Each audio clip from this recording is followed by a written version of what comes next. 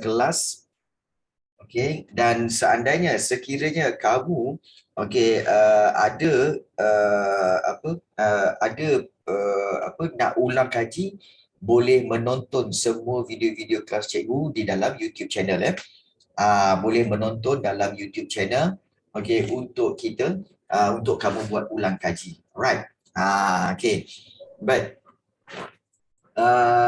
Cuma sekarang ni cikgu tengah try untuk edit sebab kelas cikgu kan video kelas cikgu kan panjang-panjang, 1 jam kan. So mungkin mungkin cikgu akan cuba untuk edit bagi dia pendek-pendek 5 minit untuk certain topik supaya dia lebih menarik dan kamu boleh sharekan dengan kawan-kawan kamu tentang tips-tips sejarah insya-Allah. Alright. So kita akan buat pendek-pendek nanti. Okey. Baik. So betul Insyirah, belum lagi. Sebab cikgu tengah sibuk persiapan pelajar-pelajar SPM. Minta maaf cikgu ada kelewatan upload video terkini ni sebabnya tengah sibuk. Minggu depan abang-abang kamu nak SPM minggu depan ni. Jadi cikgu agak sibuk sikit untuk buat persiapan untuk membantu abang-abang kamu dan kakak kamu untuk menjawab SPM tu sebenarnya okey. But don't worry, cikgu akan upload ni. Alright. So, kita akan lihat berkaitan dengan sistem pemerintahan dan kita lihat lengkapkan maklumat tentang gelaran kerajaan raja-raja kerajaan alam Melayu di bawah dengan jawapan betul. Raja-raja Funan menggunakan gelaran apa yang bermaksud Raja Gunung? Iaitu apa nama dia? Iaitu Kurung Benam, betul? Raja-raja Funan menggunakan gelaran Kurung Benam yang bermaksud Raja Gunung. Raja diraja bermaksud raja segala raja. Dan Cakravatin yang bermaksud apa? Siapa boleh bantu? Cakravatin bermaksud apa? Boleh tuliskan dalam Zoom chat. Raja Funan menggunakan gelaran Kurung Benam bermaksud Raja Gunung. Raja diraja yang bermaksud raja segala raja dan Cakravatin bermaksud apa? Pemerintah alam semesta. Pemerintahan alam sejagat. Betul. Terima kasih banyak kepada Zahra Sofia.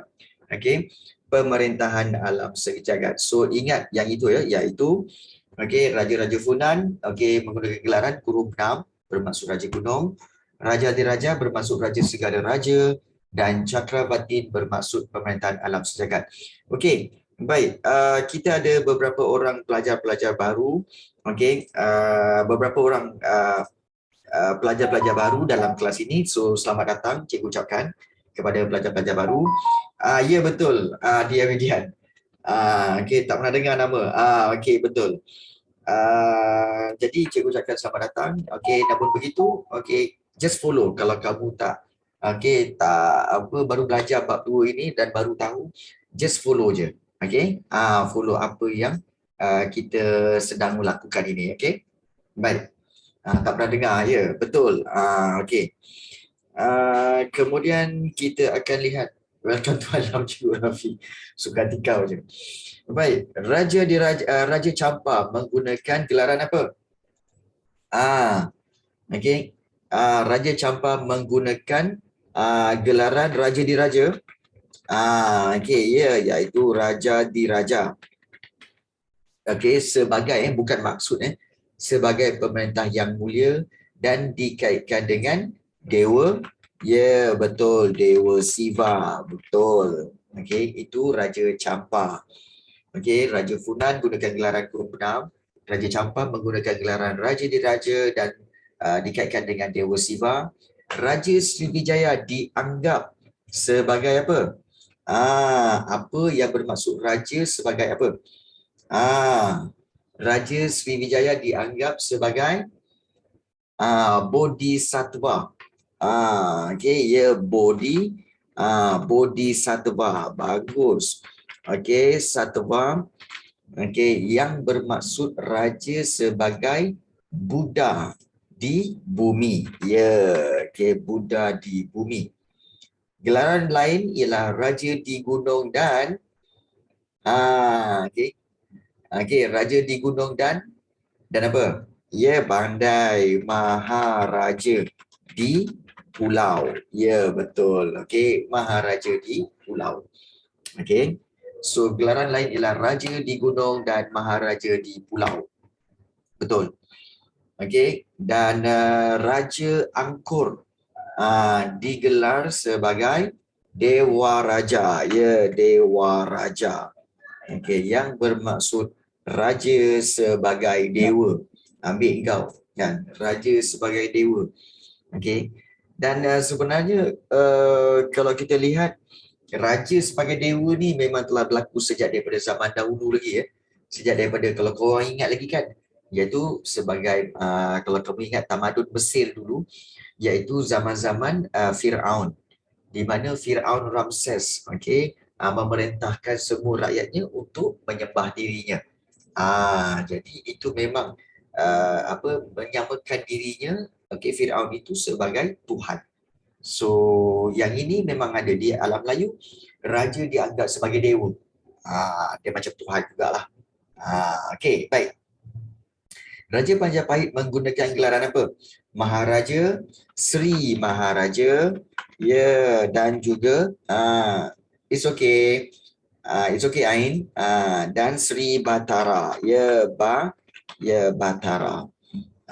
Okey. Dan kalau kan cikgu pernah menjelaskan bahawa kalau dalam bahasa Arab cahaya itu bermaksud nur. Tetapi kalau dalam bahasa Sanskrit cahaya itu ialah Sri. Sebab tu kalau Sri Maharaja maksudnya cahaya raja yang paling berkuasa. Sri Maharaja kan, cahaya Maharaja. Jadi Sri itu bermaksud cahaya ataupun dalam bahasa Arab dipanggil nur. Jadi ini yang kita lihat berkaitan dengan pemerintahan raja-raja dulu. So, raja-raja ini memang penting untuk kerajaan alam Melayu kerana raja-raja lah yang akan menentukan tentang sistem pemerintahan dan kemajuan sesebuah kerajaan itu. Saya baru ingat cikgu positif. Cikgu sihat ke? Okey, alhamdulillah. Sebenarnya semalam cikgu buat, ia memang masih lagi positif. Namun begitu, alhamdulillah, masih lagi sihat. Alhamdulillah, tidak ada simptom-simptom pun. Sebenarnya tak ada simptom pun sebenarnya. Still boleh run kelas seperti biasa. Dan juga alhamdulillah masih sihat. Nampak tak? Kan? Tak perlu. Cikgu hanya kuarantin di rumah saja. Kuarantin di rumah dan dah lengkap dah. Dah ambil vaksin dah lengkap.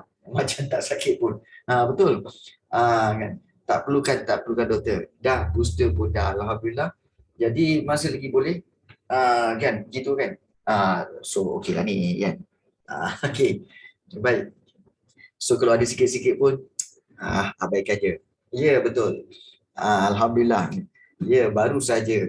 Okey, hari ni hari yang kelima ke? Hari yang kelima positif COVID ya. Alhamdulillah. Okey, baik. Bagus soalan Razan. Okey, ada seorang pelajar dia tanya, cikgu, pemilihan raja ni, raja-raja ni dipilih kebanyakannya melalui undian rakyat ke ataupun keturunan? Bagus soalan ini. Okey, Razan. Baik, sebenarnya raja-raja ni, sebenarnya raja ini bukan dipilih daripada rakyat, bukan. Tetapi raja ini adalah berdasarkan keturunan.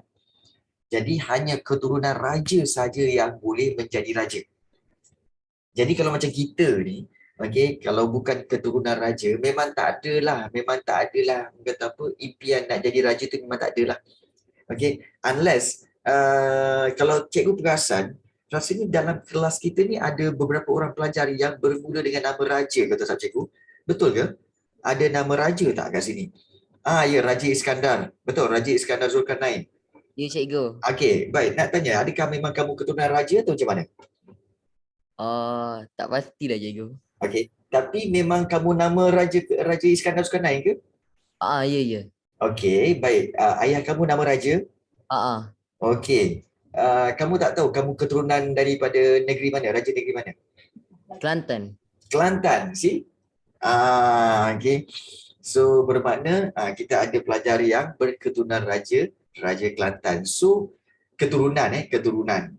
Tetapi kalau anak dan cucu Sultan Kelantan tu memang layak untuk mendapat title raja dan pemerintahan lah, dapat tahta tu. Tapi kalau sepupu-sepupu ke kan, anak saudara ke apa semua memang tak ada peluang lah. Jauh lah. Okey, jadi cikgu beranggapan mungkin Raja Iskandar Zulkarnain mungkin dia jauh hubungannya dengan Sultan Kelantan, so peluang untuk jadi raja tu jauh lah. Okey. Cikgu, tapi kalau kita kahwin dengan keluarga diraja, okey, baik, bagus.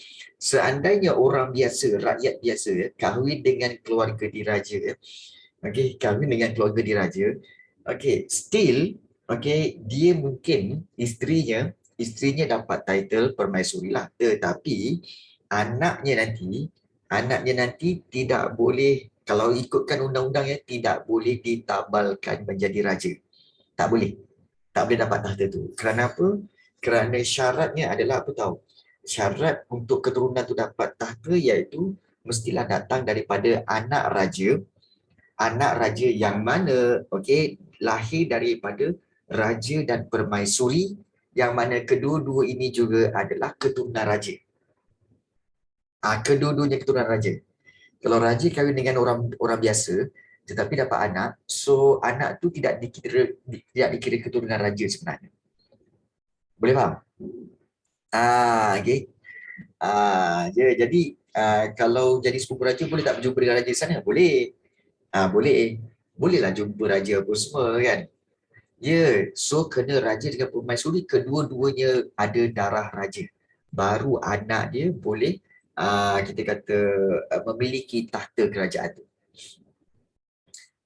Biasanya raja muda ni, kalau dia nak kahwin, dia akan kahwin dengan anak raja ataupun puteri raja daripada keturunan lain. Contohnya, anak raja Kelantan, anak raja Kelantan kahwin dengan puteri raja Johor, atau kahwin dengan puteri raja Kedah, ataupun kahwin dengan puteri raja Pahang ke. So cari yang sama-sama berdarah raja, barulah ada keturunan raja tu. Dia macam tu. Gitu kan. Tak ada darah keturunan raja sama je, darah memang warna merah. Cikgu. Ya. Contohnya kan, anak Raja Kelantan berkahwin dengan puteri anak raja di Pahang lah contohnya kan. Jadi kalau dia jadi raja dengan puteri macam mana? Are they going to rule Kelantan or are they going to rule Pahang? Dia akan ikut keturunan bapa. Dia akan ikut bapa. Kalau maknanya ikut raja. Kalau raja tu Kelantan, bermakna dia lebih pada Kelantan. Jadi sebab apa? Pemerintahan negeri-negeri ni raja dia akan turun pada anak lelaki, bukan anak perempuan. Anak lelaki.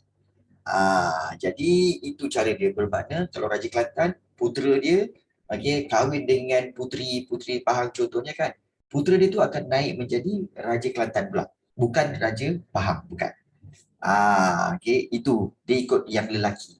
Yes. My friend nama dia raja tapi mak dia tak ada darah raja. I think kalau Tengku kahwin dengan raja, jadi anak dia ada dua nama ke Tengku Sekupan? Tak. Dia ada setengah negeri guna nama Tengku, ada setengah negeri guna nama raja. So dia bergantung kepada raja lah. Contoh Kedah, kalau Kedah dia guna nama Tengku. Keturunan raja tu Tengku. Kalau di Selangor, keturunan raja dia adalah dia pakai raja. So dia bergantung pada negeri. Bagus soalan-soalan korang ni ya. Kenapa UK perempuan boleh menetap tapi Malaysia tak boleh? Queen Elizabeth contohnya. Baik. Sistem raja UK dengan sistem raja kita lain. Sistem raja UK dia perlu digantikan oleh keturunan dia, tak kira lelaki atau perempuan. Tapi kalau keturunan di alam Melayu ni, dia akan utamakan anak lelaki. Dia akan berikan tahta kepada anak lelaki. Orang Cina ada keturunan raja kat Malaysia ni? Tak ada. Tak ada. Orang Cina semua berasal daripada kena cari Maharaja Cina lah. Okey, Maharaja Cina. Tak ada, tak ada. Cikgu, saya nak memerintah, nak cuba, tak payahlah ya Zulaikha. Kau kalau jadi jadi pengetua sekolah menengah pun, cikgu rasa ramai nanti murid-murid atau pelajar yang sakit jiwa ni. Baik, sana dua kawan nama Tengku dan Raja. Adakah ini konflik antara dua belah raja? Tak ada, tak ada. Okey. Saya ada dua kawan nama Tengku dan Raja. Adakah ini konflik antara dua belah raja? Tak ada. Okey. Okey, Tengku adalah Tengku, Raja dan gelar Raja. Dia hanyalah gelaran sahaja. Gelaran sahaja. Okey. Baik. Okey, jom kita tengok soalan nombor 2. Baik. Keturunan Raja Jembal. Wah, okey, baguslah. Okey. Baik. Cikgu suka kelas-kelas online ni sebab apa tahu? Kita akan bertemu dengan keturunan raja, keturunan Bugis, Daing, Daing Zafran, keturunan Bugis. So kita ada keturunan Melanau Sarawak iaitu Adam Haristan. So memang best lah sebab kita boleh jumpa ramai orang-orang dari keturunan-keturunan yang bersejarah terbaik. Okey. Baik, ada yang tanya, cikgu, siapa Raja Jembal? Okey, tentang itu nanti kita akan semak kemudian itu kita cerita kemudian. Okey, baik. Baik, kita lihat di sini. Berdasarkan aspek di bawah, bandingkan pemerintahan pusat dan wilayah dalam Kerajaan Alam Melayu. Jom kita tengok. Okey. Kerajaan Alam Melayu, Raja Funan akan dibantu oleh siapa? Putera Raja ke? Okey. Dibantu oleh golongan agama. Okey, dan juga satu lagi iaitu golongan tentera. Yes, betul. Okey. So Raja Funan dibantu oleh golongan agama dan golongan tentera, dan Funan dibahagikan kepada 7 wilayah. Okey, 7 wilayah. So boleh ambil ni iaitu 7 wilayah yang diketuai oleh putera-putera raja. Pandai. Okey, putera-putera raja. Okey. So putera-putera raja di sini. Okey, so kita dah lihat tentang pemerintahan Funan. Bagaimana dengan Champa? Raja Champa dibantu oleh pembesar yang bertanggungjawab. Boleh Li Shay, boleh. Okey. Bertanggungjawab mengutip cukai. Okey, sama-sama. Okey, Raja Champa dibantu oleh pembesar yang bertanggungjawab mengutip cukai, menjaga keamanan, keamanan dan mengukuhkan pertahanan. Okey, baik. So boleh ambil boleh ambil. Okey, menjaga keamanan dan mengukuhkan pertahanan, dan Champa terbahagi kepada berapa? 5 wilayah. 5 wilayah. Okey, iaitu Indrapura, Amaravati, Vijaya, kemudian Kausara, Kausara, dan juga Panduranga. Panduranga. Okey. Baik. Mungkin kamu ada yang bertanya, cikgu, nak kena ingat dia macam mana lah nak ingat Indrapura, Amaravati, Vijaya, Kausara dan Panduranga. Okey, jangan risau. Okey, ini sebenarnya kali keberapa kamu jumpa? Kali kedua kamu jumpa perkataan-perkataan ini. Next time kita akan buat revision lagi, jumpa lagi perkataan ini. Next time. Kalau banyak kali kita jumpa, kita akan ingat. Jangan paksa. Indrapura, Kausara, Panduranga. Jangan. Okey, let it flow. Okey, biarkan ianya kamu ingat secara semula jadi, tanpa paksaan. So dia akan flow masuk. Dengan cara apa? Berulang kali kamu jumpa. Jadi itu cara dia. So jangan bimbang Jangan bimbang tentang, aku tak ingat ni. Jangan bimbang. It's a process. Okay, give time. Berikan masa untuk kamu ingat satu persatu. Okay, baik. So, itu berkaitan dengan Champa. Next, kita tengok Sriwijaya. Raja Sriwijaya dibantu oleh iaitu Yuvaraja. Yuvaraja. Kemudian Prati Yuvaraja, betul? Prati Yuvaraja. Dan juga Raja Kumara. Mungkin ramai yang berkata bahawa, cikgu, Raja Sriwijaya ni dia kenapa guna nama pelik-pelik ni?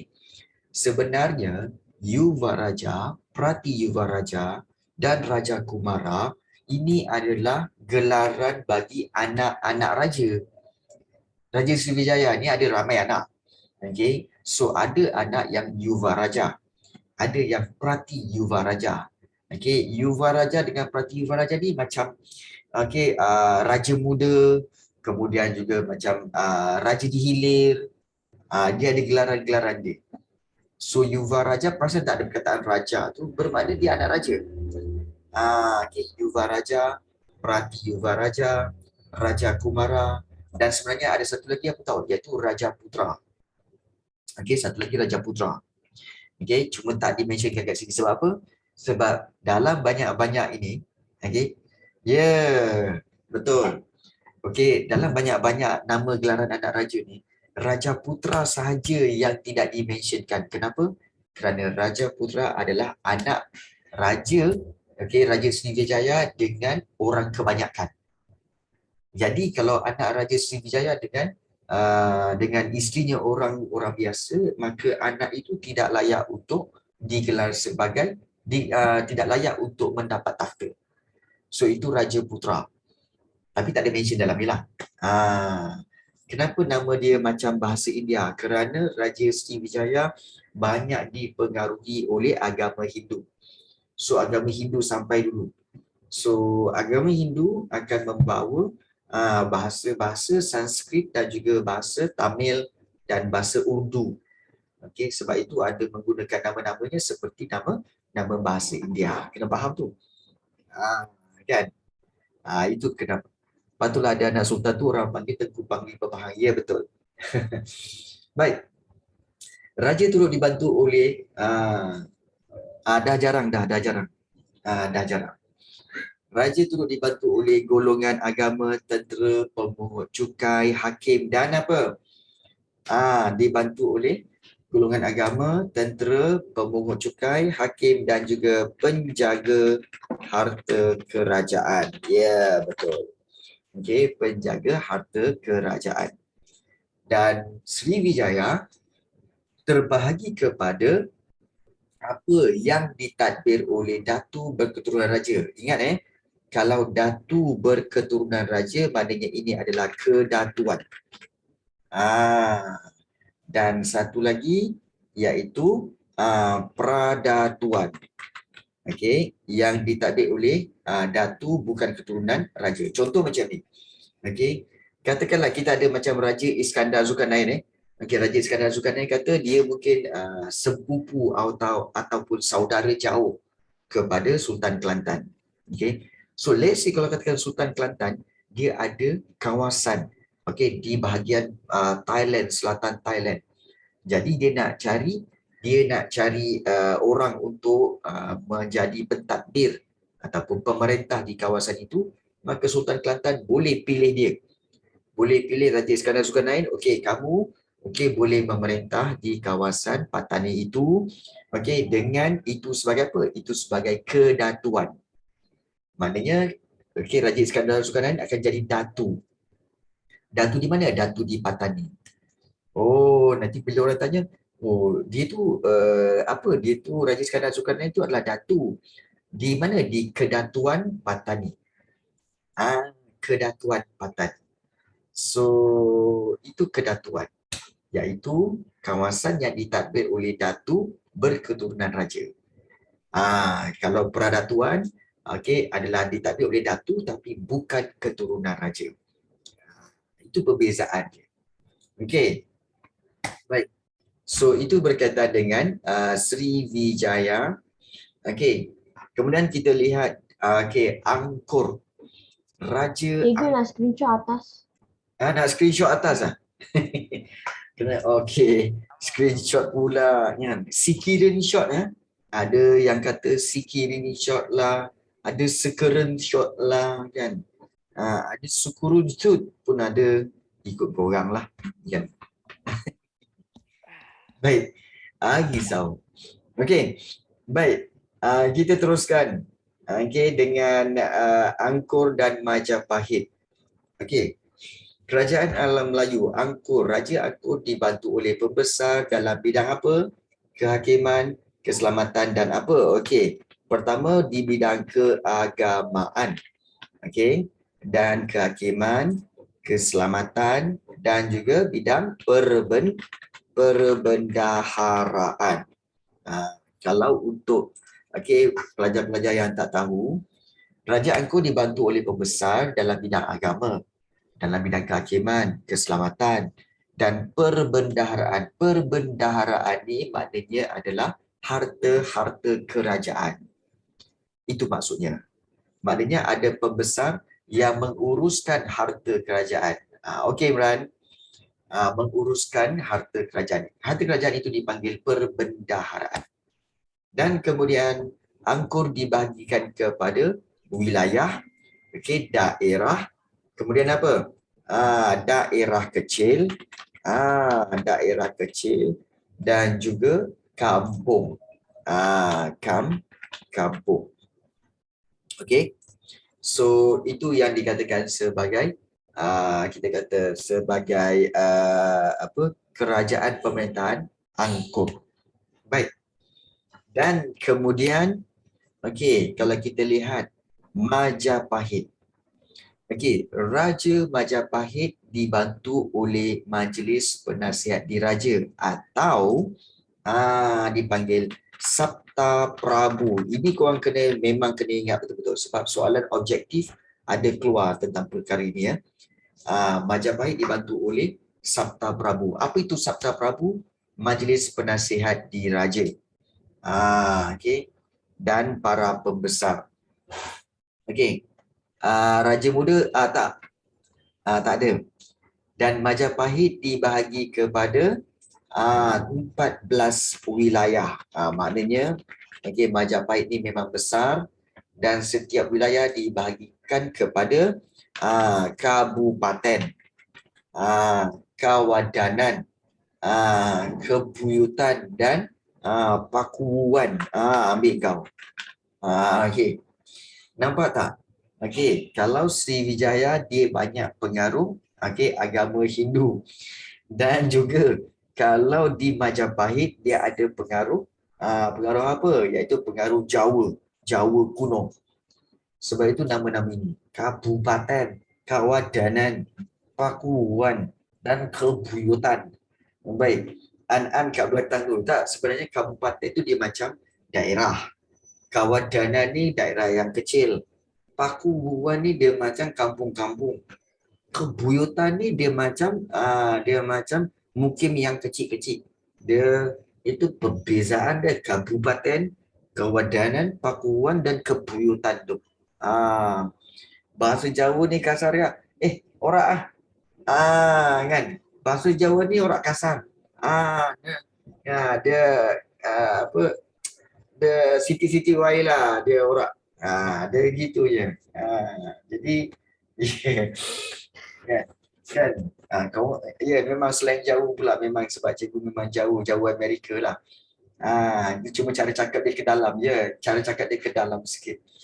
Ke dalam sikit lah. Kabupaten tu ke dalam sikit. Boleh dengar ya. Baik. Terus cakap jauh cikgu flexing ke? Tak.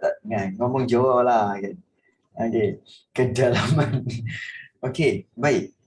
Satu yang cikgu nak kurang concern iaitu perasan tak bahawa sebenarnya kalau kita lihat tadi kerajaan-kerajaan tadi, kerajaan alam Melayu, dia ada daerah, kampung, wilayah, kemudian juga daerah kecil, kabupaten, kedatuan, peradatuan dan sebagainya. Tapi perasan tak? Dia tak ada pun mention tentang negeri. So sebenarnya dia tak ada negeri tau sebenarnya. Kerajaan alam Melayu tak ada negeri. Macam Angkor kan. Dia mentionkan kerajaan Angkor. Dia tak kata kerajaan negeri Angkor. Dia tak mentionkan kerajaan negeri Funan. Tak. Dia kata kerajaan Funan. Kenapa tak ada negeri? Kamu tahu sebab apa? Sebab zaman dahulu kerajaan-kerajaan alam Melayu dia tak ada border. Dia tak ada sempadan. Dia luas, dia boleh luas. Selagi ada orang di situ yang mengakui itu adalah raja dia. Sebab itu, kalau kita kata bahawa memang tidak ada istilah negeri tu sebab dia tak ada border. Macam Kesultanan Melayu Melaka kan. Sebab itu Kesultanan Melayu Melaka dulu, the whole semenanjung Tanah Melayu dan separuh Sriwijaya adalah Melaka. Kenapa Melaka? Kerana apabila orang, contohnya orang-orang tempatan pergi tanya orang Aceh. Dia tanya orang Aceh, siapa raja kau? Oh, raja kami Raja Melaka. Selagi ada orang kata, oh, raja kami Raja Melaka, means kawasan itu termasuk dalam kerajaan Kesultanan Melayu Melaka. Sebab itu tak ada istilah negeri. So, hanya istilah kerajaan. Selagi ada rakyat yang setia dengan raja tu, itulah kawasan. Nampak tak? Jadi itu kerajaan-kerajaan dulu. Dia tak ada negeri. Dia ada wilayah, dia ada daerah dan dia juga ada kerajaan. Tapi bilakah istilah negeri itu diperkenalkan? Iaitu apabila British datang. British yang memperkenalkan istilah negeri dan British yang memperkenalkan sempadan. Oh, ini dia Selangor. Inilah dia Negeri Sembilan. Ini border dia. British yang memperkenalkan border ataupun sempadan bagi setiap negeri. Dan waktu itulah wujudnya perkataan negeri. Boleh faham itu kelebihan kerajaan alam Melayu dulu lah. Baik. Kemudian kita lihat kegiatan ekonomi.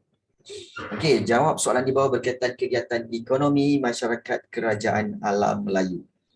Baik, senaraikan aktiviti ekonomi yang dilakukan masyarakat alam alam Melayu untuk menyara hidup mereka. Ini tak susah pun. Okey, aktiviti ekonomi iaitu kita boleh buat iaitu pertanian ataupun kita boleh buat macam-macam sebenarnya.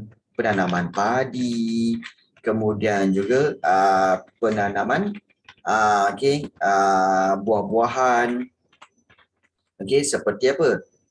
Seperti pisang dan sebagainya kan. Lagi apa lagi? Buah-buahan, kemudian juga perdagangan, boleh juga. Okey, penanaman, penanaman rempah ratus. Ya, betul. Okey, dan juga perdagangan. Okey, banyak. So ini antara aktiviti ekonomi oleh masyarakat kerajaan alam Melayu untuk menyara hidup mereka. Okey. Baik. Perdagangan dan juga apa? Kalau jamat tu apa? Okey, mengutip hasil. Okey, perlombongan, perlombongan. Okey, dan juga mengutip hasil hutan dan hasil laut. Okey. Right, betul ke?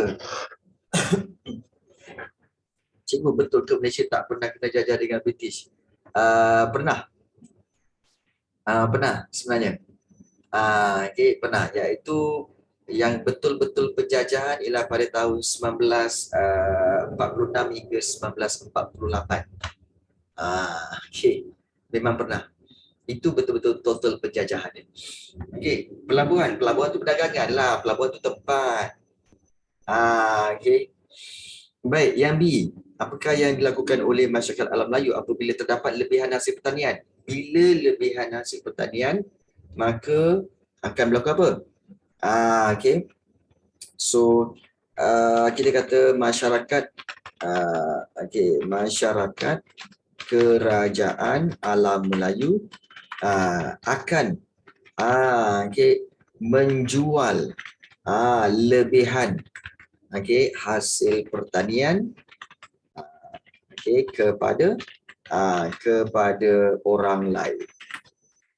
So akan menjual lebihan hasil pertanian kepada orang lain. James Brooke jajah negara kita ke? Tak. James Brooke tak jajah. James Brooke dia memerintah dan itu pun di Sarawak sahaja, bukan seluruh negara kita. Di Sarawak sahaja. Baik.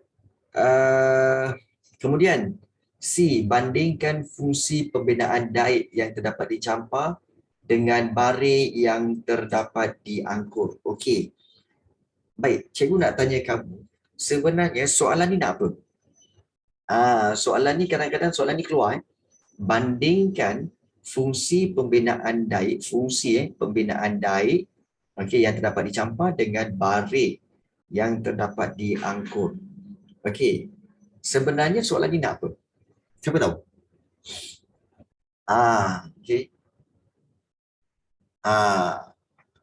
Mereka dibina untuk apa? Sebenarnya, sebenarnya kamu kena mentionkan daing pula, daing nama orang. Baik, kamu kena mentionkan daik ni untuk apa dan juga barir ni untuk apa. Dia daik kegunaan dia. Daik ni untuk apa dan barir tu untuk apa. So itu bandingkan. Jadi macam mana nak jawab soalan seperti ini? Baik, mungkin ramai yang tak tahu cara menjawabnya. Jadi kamu kena tengok macam mana cikgu jawab. Penting supaya kamu nanti boleh buat sebagai cara jawapan apabila kamu jawab soalan nanti. Baik, fungsi pembinaan daik adalah untuk menghalang air dari melempah masuk ke kawasan sawah padi. Sawah padi. Sawah padi. Manakala fungsi barik adalah sebagai kolam. Kolam air bagi menyimpan air untuk kegunaan pertanian, kegunaan sawah padi. Kegunaan sawah padi. Jadi, bila kamu diminta untuk perbandingan, pastikan perbandingan itu maknanya perbandingan yang berterusan, dia serentak. Jangan korang asingkan. Jangan korang buat dalam 2 ayat. Maknanya korang terus bandingkan. Contoh macam ni kan. Fungsi pembinaan daik adalah untuk menghalang air dari melimpah masuk ke kawasan sawah padi. Manakala fungsi barik adalah sebagai kolam air bagi menyimpan air untuk kegunaan sawah padi. Nampak tak? Dia terus bandingkan. Tanpa sebarang titik. Jadi, ini akan memberi markah penuh. Ini maksud cara menjawab soalan bandingkan. Alright. Boleh boleh faham ya? Boleh. Good. Baik. Soalan yang kita lihat. Namakan rempah ratus yang terdapat di alam Melayu. Nak tanya.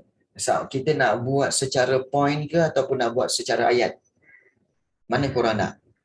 Point. Point. Point lah.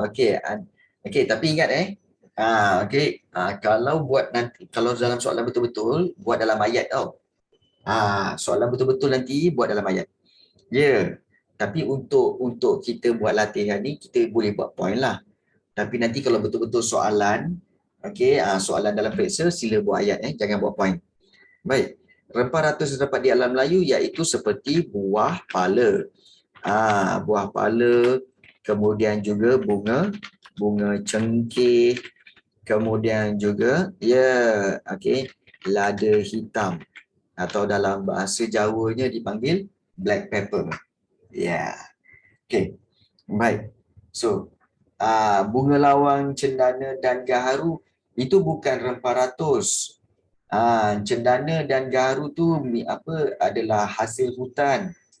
Ingat rempah ratus ini adalah bahan-bahan yang dicampurkan dalam makanan. Dicampurkan dalam makanan. Baik.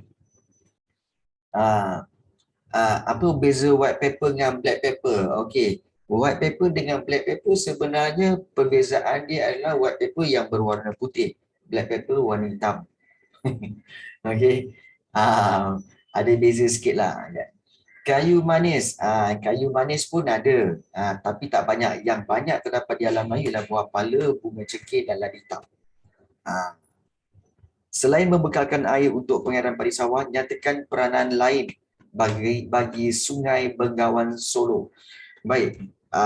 Okey, ini kita try buat ayat. Okey, fungsi lain ataupun kita kata peranan lain lah. Peranan lain bagi Sungai Bengawan Solo adalah sebagai alat pengangkutan. Alat pengangkutan dan perdagangan. Dan perdagangan. So itu adalah peranan lain bagi Sungai Bengawan Solo. Banyak sangat tak tahu dah nak buat apa. Betul. Black pepper tu kan ada spray black pepper tu kan. Biasanya orang-orang perempuan dia ada simpan spray black pepper tu dalam handbag. Sebab nanti dia boleh kalau ada orang ganggu spray je. Kalau kena mata tu memang pedih lah. Memang pedih. So itulah dia. Baik. Kita teruskan kepada seterusnya, iaitu soalan nombor 2 ini. Padankan maklumat. Legal rasanya. Legal. Padankan maklumat kegiatan perdagangan Kerajaan Alam Melayu dengan jawapan yang tepat. Pelabuhan Okyo barang dagangan. Okyo sebenarnya kerajaan apa Okyo? Okyo kerajaan apa? Padankan. Okyo sebenarnya adalah ialah kerajaan Funan. Ingat Pelabuhan Okyo adalah kerajaan Funan. Pelabuhan Turan, Kamran, Sri Banoi dan juga Maliti, ini adalah Champa. Ini adalah Champa. Jauhnya kau Champa. Pelabuhan Palembang. Kalau Palembang dengan barang dagangan ini adalah Sriwijaya. Yes, Sriwijaya. Yasodarapura. Pelabuhan Yasodarapura. Kalau nama pelik-pelik ni, ianya adalah kerajaan Angkor. Angkor kerajaan Angkor. Manakala Pelabuhan Tuban, Sidayu, Gresik dan juga Surabaya, ini adalah Majapahit. Sebab apa? Sebab ada perkataan Surabaya. So bermakna ini adalah Majapahit. Kalau ada Sungai Mas dan Pangkalan Bujang, ini adalah Kedah Muda. Kedah Muda Kedah Tua. Masya Allah jauhnya Kedah Tua. Naik ke atas. Baik, Kedah Tua. Di Kedah Tua, berpusing-pusing lah pula. Ambil kau. Dan udah rupa akar dah. Dan juga Pelabuhan Pangkalan Lembah Kinta, Tanjung Rambutan, ini adalah Gangga Nagara. Gangga Nagara. So, the keywords dia adalah pada nama-nama pelabuhan itu. Baik, dapat boleh kita proceed terus kepada kebanyakan perdagangan menggunakan sistem barter. Kebanyakan perdagangan guna sistem barter. Cuma kadang-kadang ada juga kerajaan yang menggunakan mata wang. Seperti mereka menggunakan kita kata shilling emas, ada yang juga gunakan shilling tembaga, ada juga yang menggunakan shilling perak pun ada juga. Zaman dahulu ada fleksibel lah macam kita sekarang lah. Kalau beli barang kadang-kadang cash, kadang-kadang pakai kad, kadang-kadang online transfer kan. Dia sekarang zaman dulu pun dia ada macam-macam cara untuk membuat pembayaran. Baik. Soalan 3. Perdagangan merupakan kegiatan ekonomi yang penting bagi Kerajaan Alam Melayu.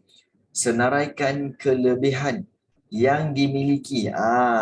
Ingat nak memahami kehendak soalan. Biasakan untuk kamu underline ataupun gariskan perkataan-perkataan keywords. Okey, contohnya macam cikgu buat ni kan. Senaraikan kelebihan yang dimiliki oleh pelabuhan-pelabuhan alam Melayu hingga menjadi tarikan pedagang luar. So, kelebihan dia senang saja. Iaitu apa? Yang pertama, iaitu kedudukannya yang apa? Okey. Kedudukan yang apa? Kedudukan pelabuhan-pelabuhan ini yang strategik. Ya, betul. Okey, strategik di tengah laluan perdagangan. Okey. Okey, kedudukan yang strategik. Okey, kelebihan dimiliki oleh pelabuhan-pelabuhan alam Melayu, kedudukan yang strategik di tengah laluan perdagangan, kemudian juga okey, terlindung. Satu lagi iaitu terlindung daripada tiupan angin monsun. Ya, pun boleh juga. Okey, terlindung daripada tiupan angin monsun. Sebab okey, mungkin kamu boleh kata bahawa apa tahu, cikgu boleh tak kalau kita nak buat macam memiliki banyak hasil, okey, ataupun kita memiliki banyak hasil, hasil untuk diperdagangkan, untuk didagangkan. Okey, mungkin kamu akan kata macam tu. Tetapi sebenarnya, okey, yang banyak hasil tu bukan pelabuhan. Yang banyak hasil tu ialah kerajaan-kerajaan. Soalan tanya tentang kelebihan yang dimiliki oleh pelabuhan. Sebab tu kita kena mentionkan tentang pelabuhan tu saja. Baik. So ada yang bertanya, cikgu saya soalan yang tidak berkaitan topik ini. Okey. Kalau Malaysia masuk dalam nombor 7. Okey, baik. Aduh, yai. Soalan cikgu kena minum air dulu. Baik. Serius sangat ke? Okey, baik. Sekejap. Okey. Okey, cikgu pause dulu ya. Pause dulu. Lupa dah record. Sambung balik. Okey. Okey. Apakah penilaian dapat anda buat tentang sikap masyarakat alam Melayu dalam usahanya memajukan aktiviti perdagangan? Baik. Penilaian yang saya buat okey, tentang sikap masyarakat alam Melayu dalam usahanya memajukan aktiviti perdagangan okey. Tentang sikap masyarakat alam Melayu dalam usahanya every second. Okey. Memajukan aktiviti perdagangan. Ingat, bila dia minta sikap, bermaksud dia minta apa? Okey, iaitu nilai-nilai. Okey, apakah nilai yang diamalkan oleh masyarakat alam Melayu dalam usahanya memajukan aktiviti perdagangan? Iaitu sikap apa? Okey, sikap antaranya. Okey, kita tahu bahawa sikap kita kata sebagai kreatif. Bukan kreatif. Okey, gigih berusaha. Okey, gigih berusaha dan juga bersikap terbuka. Bersikap terbuka. Okey. Terbuka dan bekerja sama. Okey, macam mana nak buat ini cikgu? Okey. Ini sikap yang diamalkan oleh masyarakat alam Melayu dalam usahanya memajukan aktiviti perdagangan. Dia macam ni. Okey. Baik. Okey, penilaian dapat anda buat. Okey. Okey, penilaian yang dapat saya buat. Okey. Ini cara nak jawab soalan ini Okey, tentang sikap masyarakat alam Melayu. Okey. Adalah terus je. Adalah iaitu gigih. Gigih berusaha dalam memajukan perdagangan. Selain itu, masyarakat ini bersikap terbuka, terhadap pedagang luar, dan rela ataupun rela bekerjasama dengan semua pihak dalam memajukan perdagangan. Nampak? So ini penilaian yang kita buat. Penilaian dapat saya buat tentang sikap masyarakat alam Melayu adalah gigih berusaha dalam majukan perdagangan. Selain itu, masyarakat ini bersikap terbuka terhadap pedagang luar dan rela bekerjasama dengan semua pihak dalam memajukan perdagangan. Ini penilaian. Ingat, dengan jawapan seperti ini, kamu boleh memperoleh 3 markah.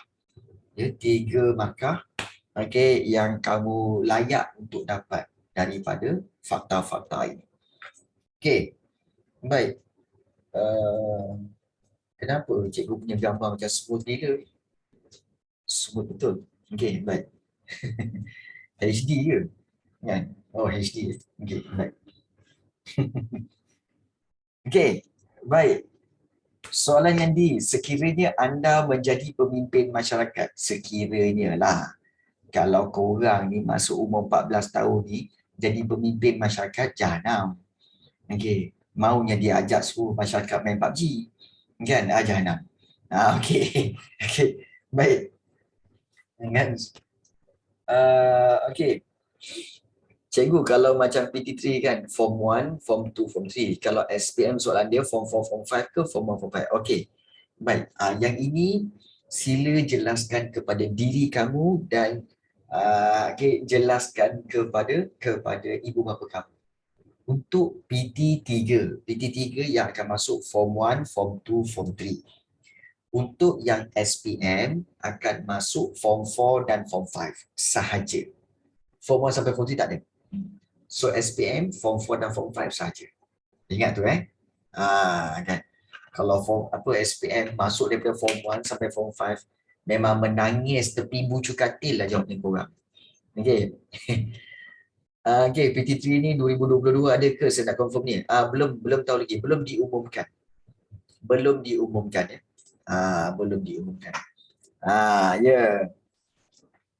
Ya betul. Dia macam berkait. Betul. Dah cikgu, sambil pukul buku latihan cikgu. PT3 ada. Cikgu saya boleh minta dengan tak je. Ada cikgu. Yang cakap saya diktator tapi. Pemerintah yang baik. Belajar untuk memerintah adik-beradik dulu baru fikir pasal nak memerintah masyarakat. Dengan adik-beradik pun bergaduh, kan? Ini nak cerita pasal merintah tak payah. Kan? Kalau korang boleh korang boleh kontrol adik-beradik kamu, bermakna korang boleh perintah. Tak boleh kontrol adik-beradik, tak payah. Ingat? Kan? Itu penting. So, ada tengok. Kan? Ada adik saya macam anjing. Tak boleh macam tu. Tak boleh macam tu. Dan nampak ciri-ciri tak boleh jadi pemimpin. Tak boleh. Tak boleh. Adik tu manusia kot. Baik. Sekiranya anda menjadi pemimpin masyarakat, apakah yang boleh anda lakukan untuk memajukan kegiatan perdagangan? Apa yang boleh anda lakukan untuk memajukan kegiatan perdagangan sekiranya anda menjadi pemimpin masyarakat? Maknanya kalau kamu jadi Perdana Menteri lah. Kalau kamu jadi Perdana Menteri, apa yang boleh kamu lakukan untuk majukan kegiatan perdagangan? Iaitu pertama sekali, sebagai pemimpin, maka kamu boleh buat apa? Pertama sekali, iaitu menjalin hubungan diplomatik dengan kerajaan lain. So, kenapa hubungan diplomatik? Bila kerajaan, contoh kerajaan Malaysia, buat hubungan diplomatik dengan kerajaan Indonesia, maka perdagangan kedua-duanya akan menjadi lebih rapat. Sebab duduk kerajaan dah baik. Bila kedua kerajaan dah menjalinkan hubungan, maka syarikat-syarikat yang ada di Indonesia dan di Malaysia akan saling berhubungan. Jadi ini akan menyebabkan lebih banyak perdagangan akan dibuat. Sebab itu penting menjalin hubungan diplomatik dengan kerajaan lain. Itu penting sebagai pemimpin. Okey. Yang kedua iaitu okey, meningkatkan kemudahan okey, di pelabuhan. Okey. Ataupun kita kata bukan meningkatkan, menaik taraf. Kataan menaik taraf kemudahan di pelabuhan. Naik taraf tu maknanya upgrade kemudahan di pelabuhan. Dulu crane yang membawa kontainer angkat naik lepas tu letak kan. Sekarang majukan lagi. Ada crane yang boleh angkat kontainer tu dengan lebih cepat. Ataupun kita boleh upgrade dengan upah para transformer untuk tolong angkat crane bawa turun, bawa kontainer tu bawa turun. Upah transformer transformer dah tak ada kerja kan. So ambillah transformer yang robot-robot tu tukar. Ambil. Kan. Dah siap Movie tu. belum lagi cikgu. Kan. Jadi diorang tak ada kerja kan. Movie dah habis. Kan. Jadi bolehlah panggil diorang kan kerja. Kan. Habis duduk melepak je buang masa menganggur. Baik. Dapat duit extra kan. Risau. Okey. Baik. Dan seterusnya. Okey, selain daripada menaik taraf kemudahan di pelabuhan, okey, kita juga untuk memajukan kegiatan perdagangan iaitu kita kena sebagai pemimpin iaitu membuka banyak kawasan, perdagangan